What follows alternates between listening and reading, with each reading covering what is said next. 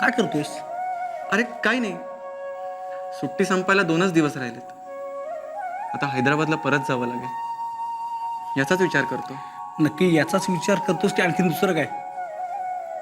हे बघ, आपण दिवसभर पेढीवर असतो, आपल्या सगळ्यांची भेट रात्रीच होते, पण तुझ्या नानीचं लक्ष असतं तुझ्यावर. तिने सांगितलं मला, हल्ली जरा हरवल्यासारखं वागतोस म्हणून. नाही रे, नानीला असं का वाटतं मला माहित नाही. तू तिलाच विचार. सकाळी नानी रागावली तुझ्यावर, तिनेच सांगितलं मला. त्यामागचं कारणही सांगितलं. तुला वाईट वाटलं असेल ना? मी म्हणालो तिला, एवढ्या छोट्या छोट्या गोष्टीवर रागावू नकोस भाऊवर. नाही दादा, चूक माझीच होती. आता कोणा दुसऱ्यामुळे माझी मेहनत वाया जाणार असेल तर मलाही राग येणारच. त्यात नानीचं चुकलं काय? आणि माझा निष्काळजीपणा जावा असं तिला वाटत असेल तर त्यात चुकीचं काय? उलट मलाच नानीच्या मनासारखं वागता येत नाही. काहीतरी चूक करूनच बसतो. कारण कारण काय? काही नाही, ते मला तुला सांगता येणार नाही आणि तुला सांगून उपयोगही नाही. वेळ आली की नानीलाच सांगेन, कारण तीच मला मदत करू शकेल. अरे मग बोल ना तुझ्या नानीशी, त्यात अडचण काय? हे बघ, तुला जर नानीशी बोलायला धाडच होत नसेल तर मला सांग ना, मी बोलतो तिच्याशी. नको दादा, ते माझं काम आहे. मीच बोलीन नानीशी. अगं बाई बाई बाई बाई बाई, अहो घरात एवढी कामं पडली आहेत आणि मी एकटी बाई, कुठं कुठं पुरी पडणार. भाऊंना म्हटलं लग्न करून सून आणा घरात, तर त्यांचं चित्त नाही थाऱ्यावर. त्यांचीच त्यांना शुद्ध नाही आणि बायकोला काय सांभाळणार. तिची 4 कामाला मदत राहिली बाजूलाच. हो, मलाच तिला सांभाळावं लागेल. हो दे. मालकीनबाई, मी आले. आलीस? आत्ता आलीस? मग तुला काय पंचारात की वाळू? अगं घरात एवढी कामं पडली होती, अर्ध्याहून जास्त कामं मीच केली आणि तू आत्ता आलीस? माफ करा मालकीनबाई, माझ्या मुलाचा खेळताना पाय मुरगळला. उभं राहता येईना त्याला, म्हणून वैद्यभवांकडे घेऊन गेले होते, म्हणून येळ लागला. अगं बाई, फार लागलं का त्याला? 2 दिवसात पूर्ण धावायला लागेल म्हणाले वैद्यभुवा. हो ना, मग चल लाग, भराभरा कामाला लाग. गुरांचा गोठाही साफ करायचा आहे, गुरांना वैरणही घालायचे. चल पटपट कामं आटप आणि मला स्वयंपाकघरात मदतीला ये. आटपलं बघू लवकर कामं.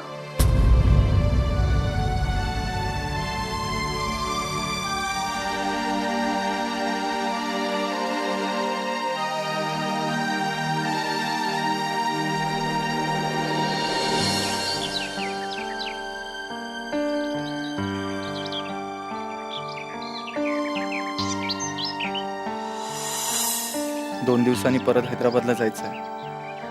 आता महाराजांना त्यांच्या आवडीचा खाऊ घालण्याची मनातली इच्छा मनातच राहणार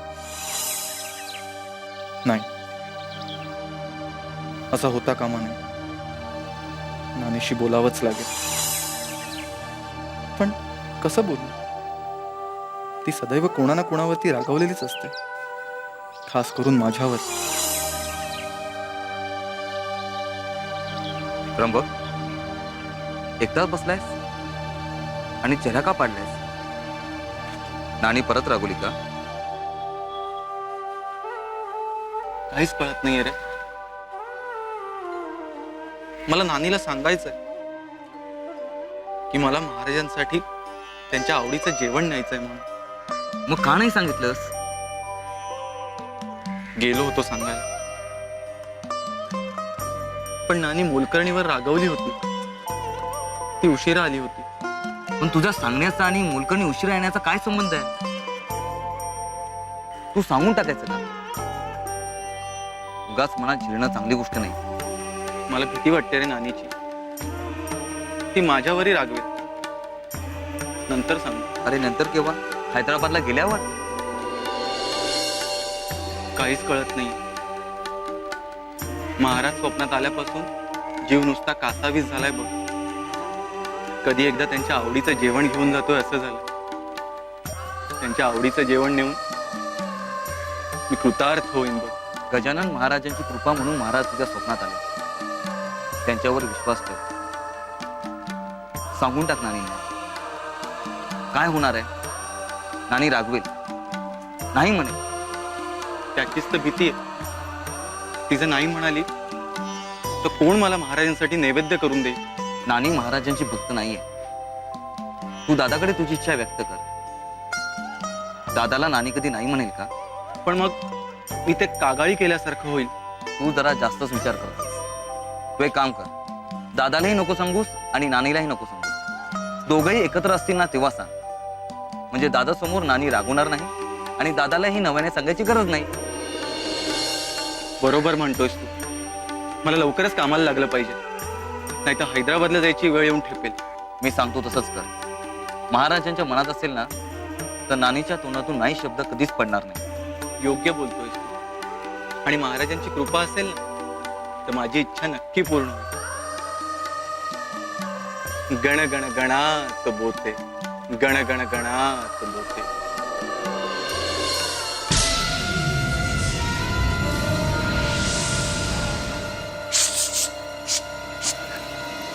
सारं दूध उष्ट केलं ह्या मेलीनं. इतकं दूध प्यायला देते तरी चोरून दूध प्यायची मांजराची सवय काही मोडायची नाही.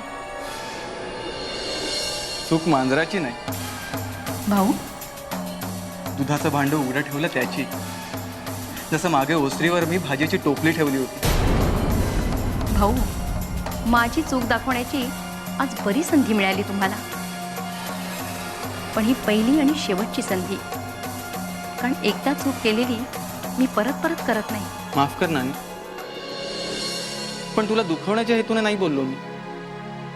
डोक्यात काही विचार चालू असतील ना की होतात अशा चुका. बरोबर, असू दे. मला एक सांगा, नक्की कुठल्या कारणासाठी तुम्ही माझ्याकडे आला होता? नानी ते भाऊ, अहो मनात असेल ना ते स्पष्टपणे बोलून मोकळे व्हा. मनात काही ठेवू नका. निसंकोचपणे सांगा मला काय झालं. नानी तू विचारतेस ना नेहमी. मी दिवसाढवळ्या कुठली स्वप्न बघतो, कुठे हरवलेलो असतो. हो मग? नानी मी शेगावी हरवलेलो असतो. शेगावला? हो नानी,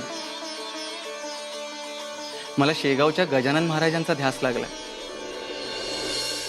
चून भाकर, आंबाड्याची भाजी हे त्यांच्या आवडीचं आणि त्यांना माझ्या हाताने चून भाकर खाऊ घालण्याची माझी इच्छा आहे. आणि हे तुम्ही आत्ता सांगताय मला? अहो, सुट्टीसाठी हैदराबादहून येऊन सुद्धा आता बरेच दिवस झाले तुम्हाला. आता जायची वेळ येऊन ठेपली आणि आत्ता सांगताय तुम्ही मला हे सारं? तुला बरेचदा सांगण्याचा प्रयत्न केला नानी, पण त्यावेळेस तू कोणा ना कोणावरती चिडलेली होतीस.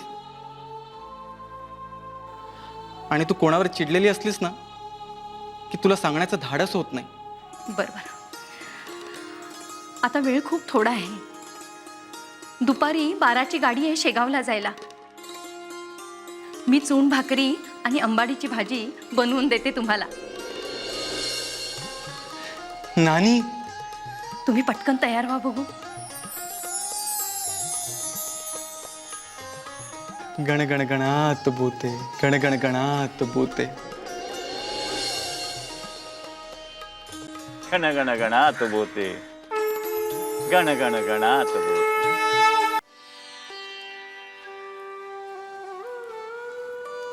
भाऊ, हे घ्या. महाराजांसाठी भाकरी, चूण आणि आंबाडीची भाजी. नानी, तू अगदी फणसासारखी आहेस बघ. बाहेरून काटेरी पण आतून अगदी गोड. पुरे पुरे, कौतुक पुरे. अहो, महाराजांसाठी नैवेद्य घेऊन जायचा बेत मला आधी सांगितला असतात ना, तेव्हा ना स्टेशन गाठलं असतं तुम्ही. चला आटपा बघू लवकर, नाही तर गाडी चुकेल तुमची. हो हो, निघतो. अहो, हे काय भाऊ? तुझ्यामुळे आज महाराजांना जेवू घालण्याची माझी इच्छा पूर्ण होते. येतो. या.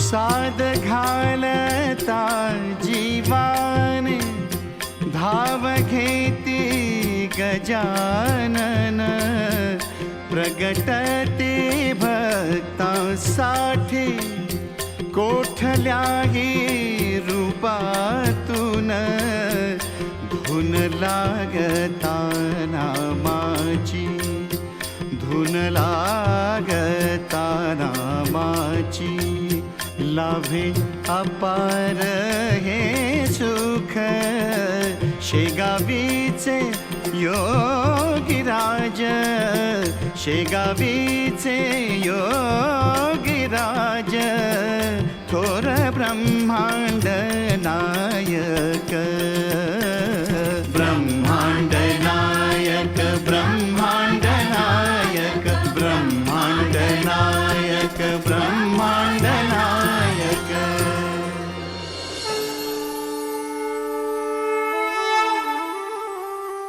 महाराज असं नसतं वा महाराज. महाराज, आपली भोजनाची वेळ झालीये. मी नैवेद्य घेऊन आले. थांब. आमच्या समोर पान मांडू नकोस. आमचं भोजन चौथ्या प्रहरी होईल.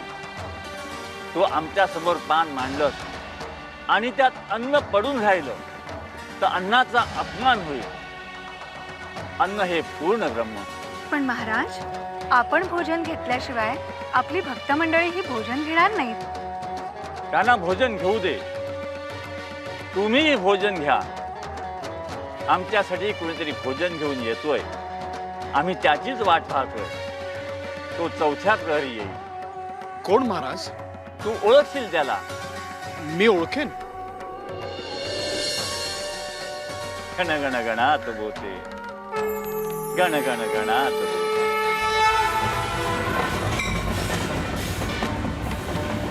हो त्र्यंबक शेठ, अशी कुठे चालली ती पळत पळत? हा माझी गाडी आहे, शेगावला जायची. शेगावची गाडी आताच गेली. काय? होय. अरे देवा, अरे बापरे. आता तुम्हाला दुपारी 3 वाजताच गाडी आहे बघा. 3ची गाडी? अरे बापरे. नाही नाही, मग मी इथेच थांबतो. मग आता घरी जाऊन मग मागवून परत या की गाडीच्या वेळेत. हा नको नको नको, परत ही गाडी सुटली म्हणजे नाही, मी इथेच थांबतो.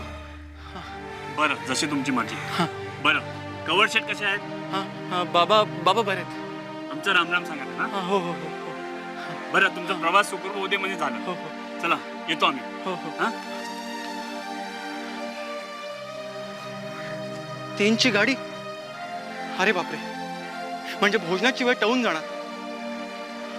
महाराज, माझ्याकडून काय अक्षम्य गुन्हा घडलाय की तुमची सेवा घडू शकत नाही? ठीक आहे, मीही इथे शिजोरी घेऊन उपाशी पोटी असाच गाडीची वाट बघत उभा राहणार. माझी मनापासूनची इच्छा, माझ्या गुरु माऊलींनी मी आणलेलं अन्न ग्रहण करावं. गण गण गणात बोत गण गण गणात बोत. महाराज म्हणाले की ही जी कोणी व्यक्ती आहे तिला मी ओळखतो. आता बऱ्याच लोकांना ओळखतो मी, तर त्यांच्यापैकी महाराज कोणाची वाट बघतायत हे मला कसं कळणार? हो ना. अहो, पण ठरल्या वेळी भोजनाचा नियम आज महाराजांनी मोडलाय. तसंच काहीतरी महत्वाचं कारण असल्याशिवाय महाराज असं करणार नाही. महाराज म्हणाले नाही का ती व्यक्ती त्यांच्यासाठी भोजन घेऊन येणार आहे म्हणून? हो, भक्त सद्गुरूंची वाट पाहतायत हे अनेकदा पाहिलं होतं मी. पण आज सद्गुरू भक्ताची वाट पाहतायत हे पचवणं जरा जडच जात आहे मला. अहो, म्हणजे महाराजांच्या लेखी आपल्यापेक्षाही श्रेष्ठ भक्त कुणी आहे? याचा अर्थ आपण काहीतरी चुकतोय, आपण कुठेतरी कमी पडतोय. हे आपण तपासून पाहायला नको?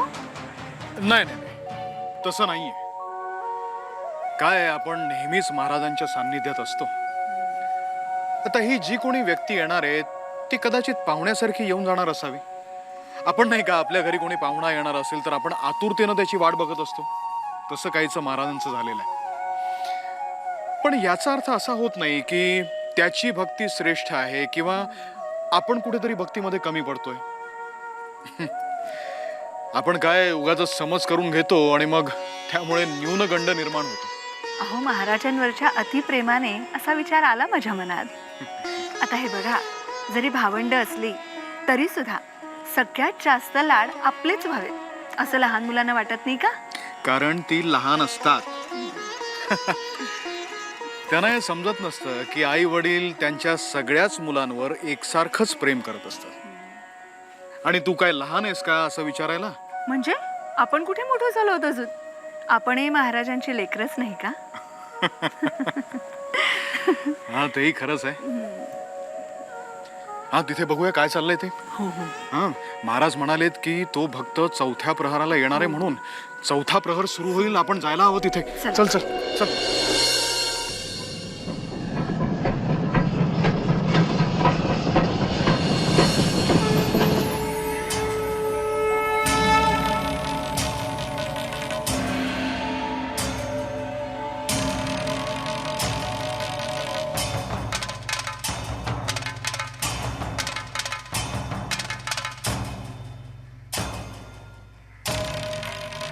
तुम्हाला जेवून घ्या म्हणून सांगितलं ना, मग थांबलात का?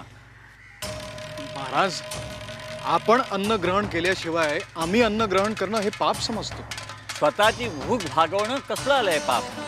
आम्ही आमची इच्छा असेल तोवर उपाशी राहू, पण तुम्हाला ते शक्य नाही, कारण तुमचा देह मर्त्य आहे.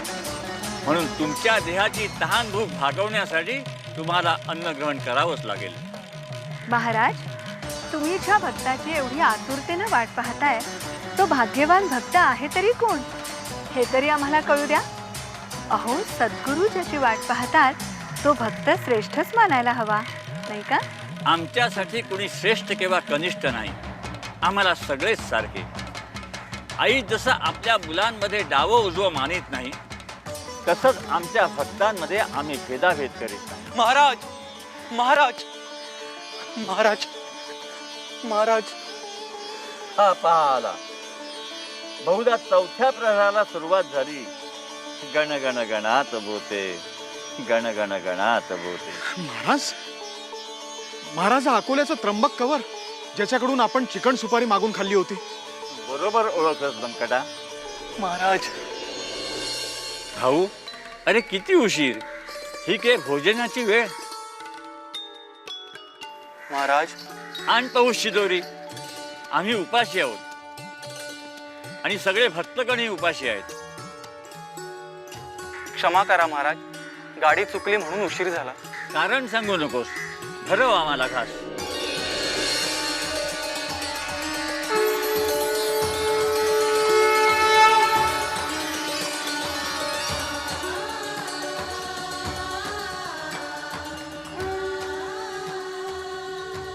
व्यंकटा, भाऊची तळमळ पाहून आम्ही इतका वेळ भोजनाचे थांबलो.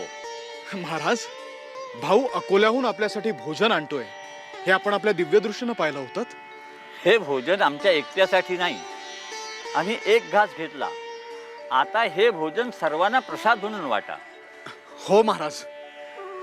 गण गण गणात बोते, गण गण गणात बोते, गण गण गणात बोते.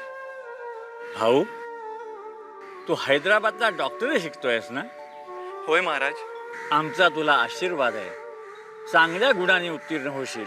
महाराज, आपल्या सद्गुरूचा आशीर्वाद आपल्या पाठी सदैव असावा असं प्रत्येक भक्ताला वाटतं महाराज. पण सद्गुरूच्या आशीर्वादाला आपल्या स्वतःच्या परिश्रमांची जोड नसेल तर आपल्या सद्गुरूचा आशीर्वाद वाया घालून आपण त्याचा अपमान करतोय असं मला वाटतं महाराज. त्यामुळेच तुमच्या आशीर्वादासोबत महाराज मला स्वतः परिश्रम घेण्याची सद्बुद्धी द्यावी. गण गण गणात बोते, गण गण गणात बोते, गण गण गणात बोते, गण गण गणात बोते, गण गण गणात बोते.